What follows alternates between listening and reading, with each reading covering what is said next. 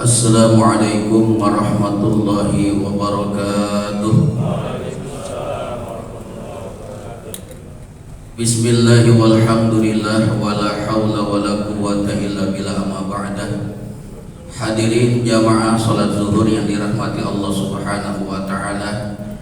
Segala puja dan puji syukur hanya milik Allah semata, Tuhan semesta alam, yang telah banyak memberikan dan melimpahkan kepada kita kenikmatan-kenikmatannya, sehingga dengan izinnya kita dapat melaksanakan ibadah sholat zuhur dengan berjamaah. Semoga sholat zuhur kita berjamaah pada siang hari ini diterima oleh Allah Subhanahu wa ta'ala. Salawat dan iring salam semoga tercurah kepada junjungan kita Nabi besar Muhammad sallallahu alaihi wasallam, keluarga, sahabatnya, serta para pengikutnya hingga yaumul qiyamah kelak nanti. Hadirin jamaah salat zuhur yang dirahmati Allah Subhanahu wa taala. Pada suatu hari ada seorang pemuda dari golongan Bani Israel yang ingin mencari ilmu keluar dari kediamannya atau rumahnya. Hal ini terdengar oleh Nabi daripada kaum Bani Israel itu. Lalu Nabi ini mengutus seorang utusan untuk memanggil pemuda itu berhadapan di hadapan seorang Nabi ini. Lalu pemuda itu menghampiri Nabi daripada golongan Bani Israel itu.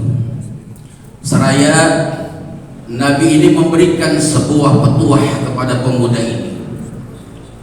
Beliau Nabi daripada Bani Israel ini berkata, "Wahai pemuda, ya fatah, maukah engkau mendengarkan beberapa petuah dari diriku yang insya Allah petuah ini sangat berguna dan sangat berarti buat kehidupanmu kelak nanti."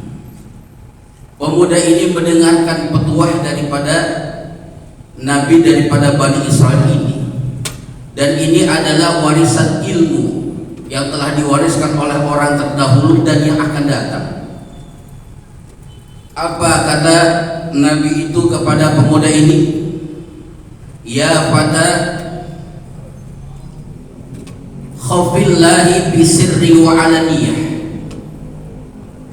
Tanamkan dalam hatimu rasa takut kepada Tuhanmu. Rasa takut kepada Tuhanmu, rasa takut. Maka dalam keadaan engkau sendiri atau dalam keadaan engkau berada di hadapan orang ramai. Maka satu ketika ada seorang ulama besar yang bernama Al-Fudail bin Iyad. Beliau pernah ditanya, kalau engkau ditanya oleh seseorang, apakah engkau takut kepada Tuhanmu? Maka engkau tidak perlu menjawab, diam saja.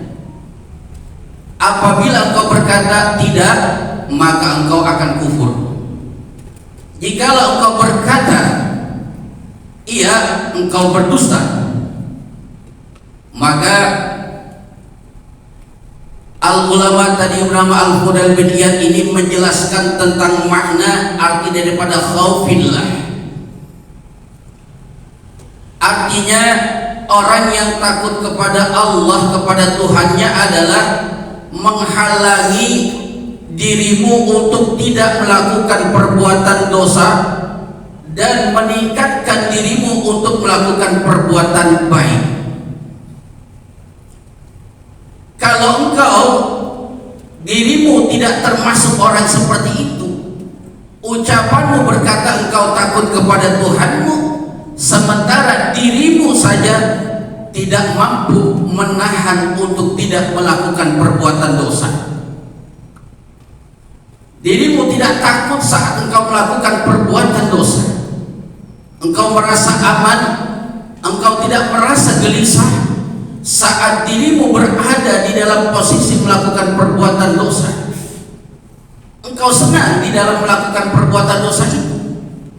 Kata ulama al-Qudan itu berarti ucapanmu dusta kalau engkau berkata engkau takut kepada Tuhan, sedangkan engkau masih senang melakukan perbuatan dosa, engkau masih senang melakukan perbuatan salah, engkau masih senang melakukan perbuatan-perbuatan yang dimurkai oleh Tuhanmu, yaitu Allah Subhanahu wa Ta'ala. Ternyata menanamkan rasa diri diawasi oleh Tuhan kita, merasa diri diawasi oleh Allah, itu tidaklah mudah dalam kehidupan kita. Terkadang kita menganggap bahwa Tuhan kita itu hanya berada posisi dikala kita sholat, dikala kita beribadah, kita benar-benar merasakan seolah-olah Allah itu ada di hadapan kita, sehingga kita penuh dengan kekhusyuan pada saat kita sholat. Kita berusaha khusyuk di dalam sholat kita, tapi dikala kita usai melaksanakan ibadah sholat, mana rasa khusyuk kita itu, mana rasa hadir kita itu di hadapan Allah, menghadirkan Allah di dalam setiap saat dan waktu, dimanapun, kapanpun, merasakan Allah itu selalu melihat kita, Allah selalu memantau kita, Allah selalu mengawasi kita dalam gerak-gerik kita, baik dalam keadaan dilihat oleh orang ataupun tidak dilihat oleh orang, Allah mengawasi kita. Ini yang terpenting, sehingga engkau akan selamat hidupmu dunia dan akhirat. Engkau akan jauh dari melakukan perbuatan dosa. Memang bahwa manusia tempatnya salah dan hilang, tapi paling tidak kalau kita pernah jatuh dalam kesalahan itu, jangan pernah kita mengulangi kesalahan itu. Inilah orang yang bijak di dalam mengambil suatu masalah yang pernah dikerjakan. Oleh sebab itu, bahwa di dalam merasakan hadirnya diri kita, merasakan diri kita saat dimanapun kita merasa diawasi oleh Allah Subhanahu wa Ta'ala, maka di situ kita akan takut kalau kita melakukan perbuatan dosa, kalau kita melakukan perbuatan zalim, kalau kita melakukan perbuatan salah, Allah nanti akan menghukum kita. Allah nanti akan memberikan hukuman kepada kita di akhirat kelak nanti. Tentu hukuman itu akan menyakitkan pada diri kita, dan kita tidak akan mampu dan kuat menjalani hukuman itu. Yang kedua, wamsik lisanaka anil khalqi la tazkurhum illa bi khair. Kalau kau ingin selamat, kau ingin jauh dari kemurkaan Tuhanmu, peliharalah lidahmu, jagalah lidahmu. Janganlah engkau berkata, janganlah engkau berbicara kecuali ucapan itu adalah ucapan yang baik.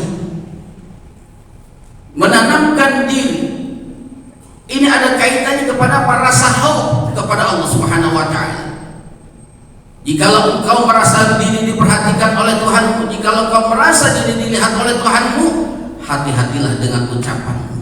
Janganlah berucap sesuatu yang tidak memberikan kebaikan bagi orang yang mendengarnya, apalagi ucapan itu sampai melukai orang lain. Peliharalah lidahmu, jagalah lidahmu, berkatalah sesuatu yang memang itu membawa kebaikan buat dirimu dan orang lain.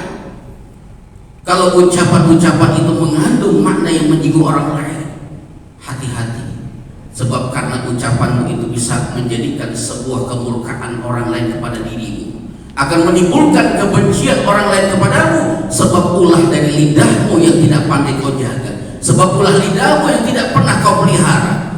Jangan sampai lidahmu kau basahi dengan noda-noda dosa, dengan kau berkata kasar dengan orang lain, engkau berkata yang tidak baik kepada orang lain, sementara dirimu kalau dibalik ke situ bagaimana perasaan?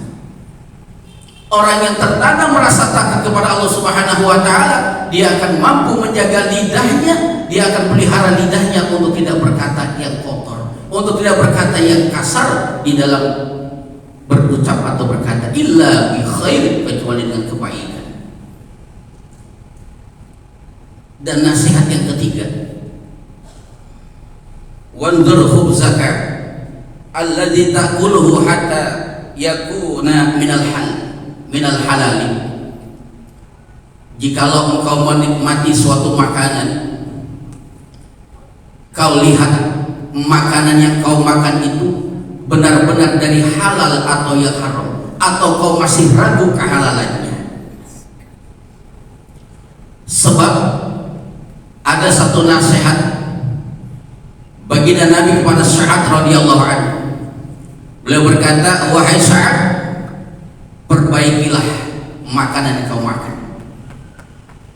Demi zat yang diri Muhammad berada di genggamannya, sesungguhnya seseorang yang satu celup makanan saja yang masuk ke dalam perutnya, maka 40 hari doanya dan amalnya tertolak oleh Allah Subhanahu wa ta'ala. Makanan yang kita makan, yang masuk ke dalam perut kita, itu bisa mengakibatkan, kalau itu dari hal yang tidak halal, maka doa kita tidak akan dijawab sama Allah. Amalan-amalan kita juga tidak akan diterima sama Allah selama 40 hari. Bayangkan saja. Maka hati-hati kalau kita memakan makanan, apalagi kalau itu makanan teman kita yang ada di meja. Jangan kita coba kita makan aja tanpa kita minta izin dulu terhadap dirinya. Ya jikalau orang itu nggak ikhlas apa yang telah kita makan, kita ambil di meja teman kita, maka makanan itu akan jadi haram ke dalam perut kita, dan doa kita nggak akan didengar sama Allah, dan doa kita terhijab sebab makanan itu. Maka kata Imam Al-Ghazali di dalam kitab Ihya Ulumuddin, man akal harama asad jawaribuhu sa'a am abah. Kata Imam Ghazali, siapa saja yang memakan barang yang haram atau makanan yang haram, maka suka mau tidak mau seluruh tubuhnya akan melakukan perbuatan maksiat kepada Allah. Pengaruh dari makanan saja bisa mengakibatkan orang itu bisa bermaksiat kepada Allah. Maka sebab itu ini 3 hal yang harus kita perhatikan dalam kehidupan kita, agar kita selamat dunia dan akhirat, agar kita selamat mencapai kebahagiaan dunia dan akhirat. Paling tidak tanamkan di dalam diri rasa khauf kepada Allah Subhanahu wa ta'ala, karena diri kita selalu dipantau oleh Allah, karena diri kita selalu dilihat oleh Allah Subhanahu wa ta'ala. Bahkan kata baginda Nabi Muhammad sallallahu alaihi wasallam, seorang mukmin yang apabila hatinya takut kepada Allah Subhanahu wa ta'ala, itu akan bergetar hatinya karena rasa takut kepada Allah Subhanahu wa ta'ala. Karena getaran hatinya takut kepada Allah, maka bergugurlah dosa-dosanya seperti daun-daun kering yang bergugur pada pohon itu. Alangkah indahnya jikalau diri kita memang tertanam rasa seperti itu, rasa takut kepada Allah Subhanahu wa ta'ala tertancap dalam jiwa kita, sehingga jikalau kita ingin melakukan perbuatan maksiat, ingin melakukan perbuatan dosa, kita ingat kepada Allah, ya Allah, bahwa azabmu adalah hak, ya Allah. Jikalau saya melakukan perbuatan ini nanti, ya Allah, aku tidak akan sanggup menahan siksa yang akan kau berikan kepada aku, ya Allah. Memang sekarang saya di dunia ini belum merasakan akan azab itu, ya Allah, tapi nanti keadilanmu pasti akan hamba dapatkan, ya Allah. Akibat hamba melalaikan akan hal itu, ya Allah, penderitaan di akhirat nanti lebih kejam, penderitaan akhirat itu lebih pedih daripada kita di dunia ini.